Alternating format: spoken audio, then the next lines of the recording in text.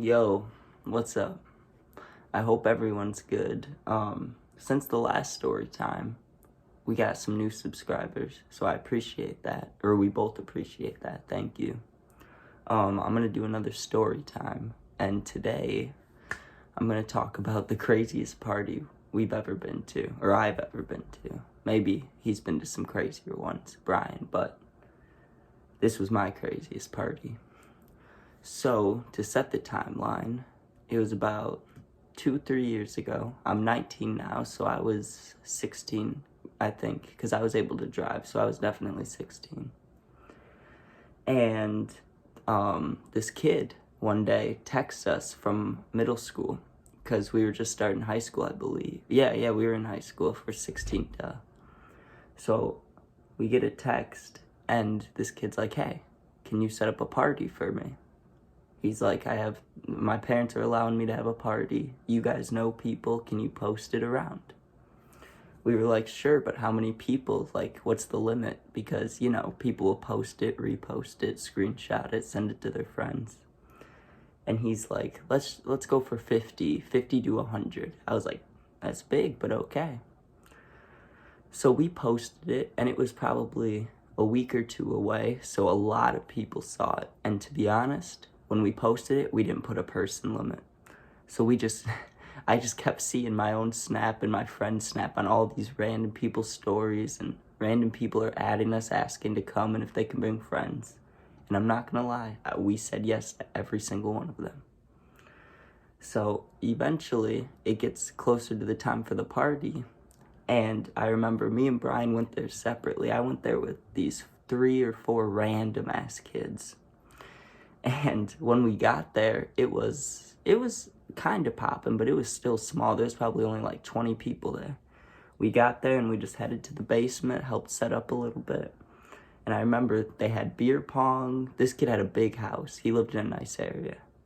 It was about like 2 or 3 miles from my house. It was on the other side of the town that we live in. So things start picking up, of course. I remember just people just kept coming. And immediately, I found this kid who I knew from middle school, and I'm like, hey, let's play beer pong. Well, they wanted to make beer pong more interesting, right? So it was vodka pong. And, I mean, I'm not good at beer pong, but I had a lucky night, I guess, because me and this kid went 3-0. The only problem with that, I mean, it's great to win. We love winning, right? But I was so drunk right away. Like, within 40 minutes of this party starting, I was wasted. And it was probably only like 9 or 10 p.m. So, as the night progresses, right, I already know I'm drunk as fuck. So I'm like, I have to make this last. I just need to smoke and chill out, So I start smoking. I probably had my bowl on me and some bud, maybe a card, I don't remember. So I'm hitting it, and all of a sudden, there was like a surge of fucking people. Like, it was a normal party at the time. There was plenty of people there. It was a good party, but all of a sudden it just got overpacked. I mean, like, I don't even know. It was in the street. At least 100 or 200 people started showing up because I remember they were like, someone knocked on the door, and they opened this door, and this huge crowd rushed in. And like the beginning, he said his parents allowed him to have the party, so they were there. They were upstairs, and most of the people were in the basement, but there was too many people now. So basically, the parents were like, hey, this is too much. You guys need to leave.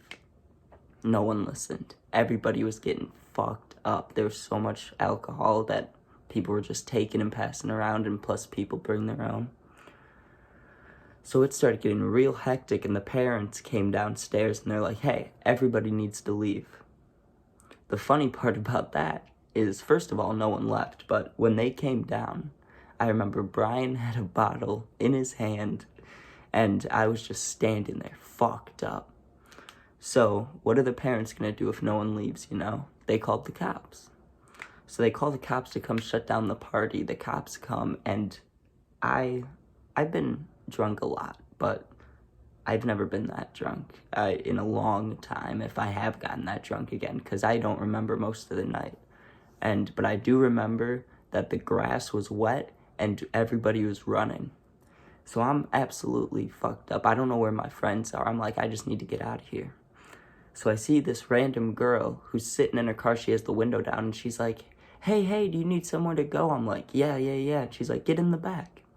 So I get in the back seat and there's no one next to me in the back. It's completely empty, but in the front passenger, there's a girl. And then in the passenger seat, there's a girl, and I've never seen him before. So I'm thinking we're going to go drive somewhere, get away from these cops, because we were across the street from the house. So, like, they'd see us, So we're sitting there, and I'm like, hey, are we going to move? And the girl who's in the driver's seat turned around and had her, like legs on the seat and, like, her back to the steering wheel. And she just starts laughing. She's like, I'm fucked up. I can't drive. Like, I'm just leaving my car here. And so we're like, fuck. So we're just sitting there waiting, hoping the cops don't come up to us. But what happens? That's not gonna happen. Of course they're gonna come up to us. We're young as fuck. We're like 16 at this party. So this cop, this tall ass dude, came up to the door and he knocked on the window, of course, She rolls it down, she's still sitting backwards, and it's like, we're going to jail, we're gonna get fucked, That's what I was thinking. I was like, there's no way we get out of this. So the guy's like, are you drunk? Like, what's going on? And she's like, no, I just don't feel comfortable driving at night. I'm waiting for my mom to come pick up my car, and I'm gonna ride back with someone else. And I was like, this girl, there's no way she just said this. Like, the way she worded it, she told the cop that her mom's coming to pick up her car, but then who's gonna drive her mom's car home? Like, it made no sense. But I don't know if the cop was busy or didn't care or just wanted to, I don't know, bust people at the actual party, because he just was like, okay, have a good night, and just walked away. And I'm like, oh my God. We're laying back there, we're talking about it the rest of the night. We're like, that's crazy that he didn't catch us. We should have gotten caught. And honestly, when you hear the rest of this, I wish I got caught. So you would think the party's over, right? Nope. That kid who asked us to throw it texted me and he said, hey, I'm having a few people back here, but it's not a party. So I'm like, bet. And by this time, I don't know, it was late, but it wasn't too late. It was probably 12 or 1 or something like that, realistically. So we go back to the house, and at that point, Brian wasn't there anymore. It was just me and all these random people I didn't know. And I actually met a girl at the time. I started talking to her a little bit, but I don't remember much of that at all. I don't think it led to anything. I would have remembered that. But we're all sitting there, just keep drinking, keep smoking, and we did that all night, all fucking night. So eventually, it's like 5 or 6, it had to be like 6 a.m. because the sun was starting to come up, and everyone wanted to leave. Everyone felt like shit, And I remember I was really cold in this basement, and this kid says, hey, do you want to hit a cart? Now, you know me, of course. I'm not going to say no to weed. So I ripped the fuck out of this cart, because I was still kind of drunk, but it's going away, it's the morning, kind of feeling hungover, I want to get high. So I ripped the fuck out of this cart, and I only hit it once, and if you smoke, one hit's not going to do much, maybe a blinker, but one hit, you know what I mean? It's like something subtle. So I take a big rip, and I give it back to him, and something must have been wrong with the cart, because within 30 seconds, I was drenching in sweat, and I smoke a lot of weed. I've been smoking a lot. And that's not to say anything like bragging, just I know myself, and I know when, when I feel high and when something feels wrong.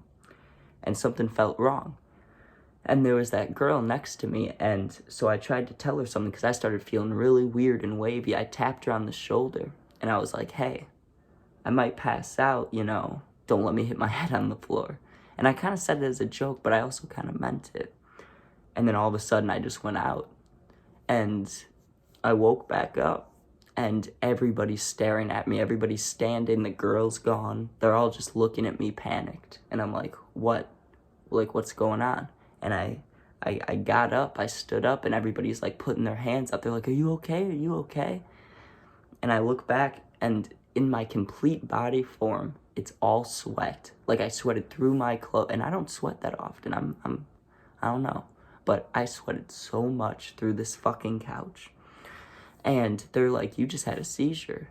And that scared the fuck out of me because I've never had a seizure, and I've never had a seizure since then.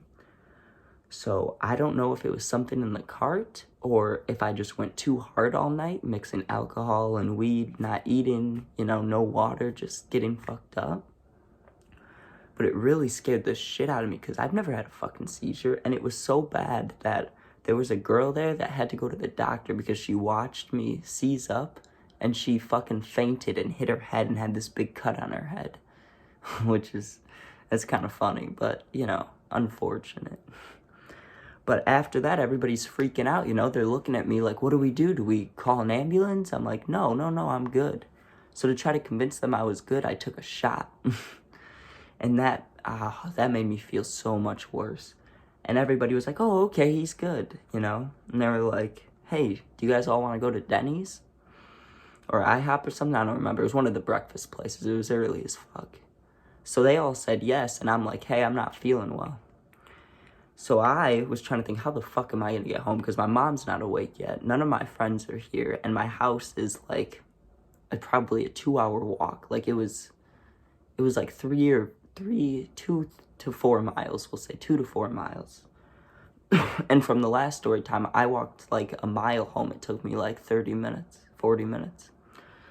So I'm looking around, and the kid who let me hit his cart, he was like, hey, if you want to leave, I live over there too, I'll walk with you. And I was kind of sketched out by that kid, because he just handed me this fucking death cart. So I'm like, okay, bet. So we're walking back, and he just kept handing me cigarettes.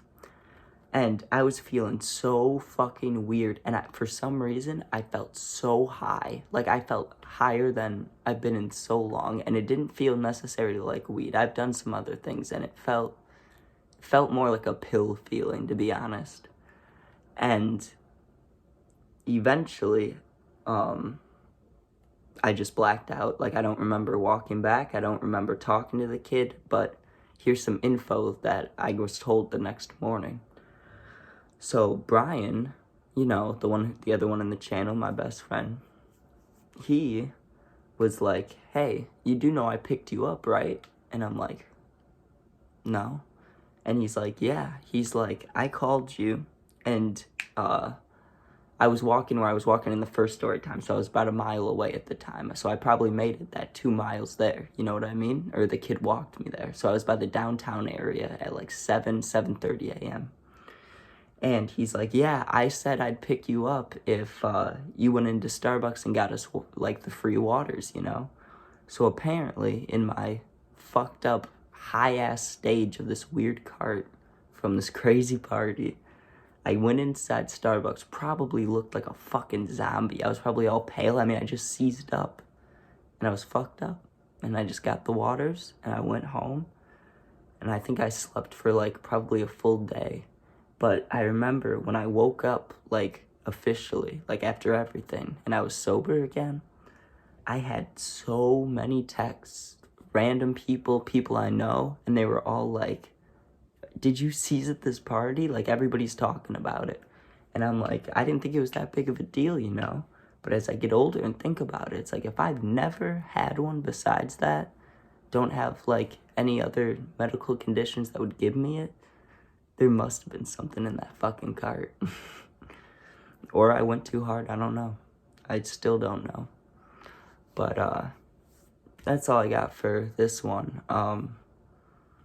If you guys want to help out, it would be really appreciated if you could just let me know what stories you'd like to hear better. I got more party stories. I got drug stories. There's a few fight stories. I got jumped once or twice. I got jumped once. And yeah, there's just a whole bunch of shit. We've been to so many parties and crazy things have happened. And yeah, so have a good day. And thanks for watching. I hope it was good.